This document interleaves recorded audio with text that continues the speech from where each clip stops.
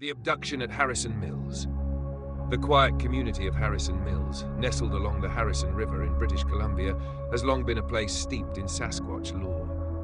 Among the many tales shared by locals and Indigenous communities, one stands out for its intensity and detail. A harrowing account of an Indian woman who was abducted by a Sasquatch, but ultimately escaped. The abduction. According to the story, a young woman from a local Indigenous community was out gathering food near the forest edge one late afternoon.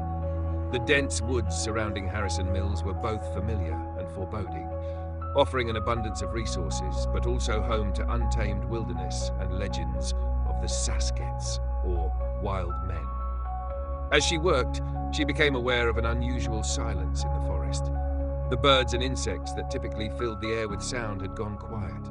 Moments later, she was confronted by a massive, hairy figure that emerged from the trees. Standing well over 7 feet tall, the creature was covered in thick, dark hair and had broad shoulders, long arms, and deep-set, intelligent eyes. Before she could react, the Sasquatch grabbed her with its powerful arms. Despite her screams and attempts to struggle, she was overpowered. The creature carried her deep into the forest, away from the safety of her community.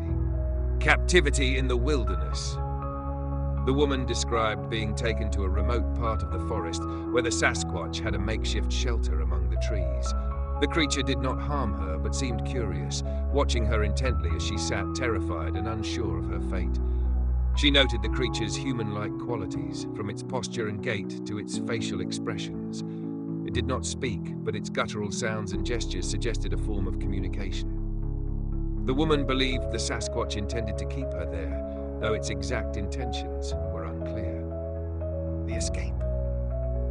As night fell, the woman saw her chance to escape. While the creature momentarily left the shelter, she ran, navigating the dense and unfamiliar forest terrain as quickly and quietly as possible. The moonlight filtering through the trees was her only guide, and the adrenaline of fear propelled her forward. She eventually heard the sound of rushing water and followed it to the Harrison River, a landmark she recognized. From there, she made her way back to her community, exhausted and shaken but alive. The aftermath. When she shared her story, her community listened with a mix of fear and awe. The elders believed her account, seeing it as a rare and dangerous encounter with the Sasquatch. They warned others to stay vigilant and avoid venturing too deeply into the forest alone. The woman's tale became a part of local lore, a cautionary story about the Sasquatch and the wilderness it inhabits.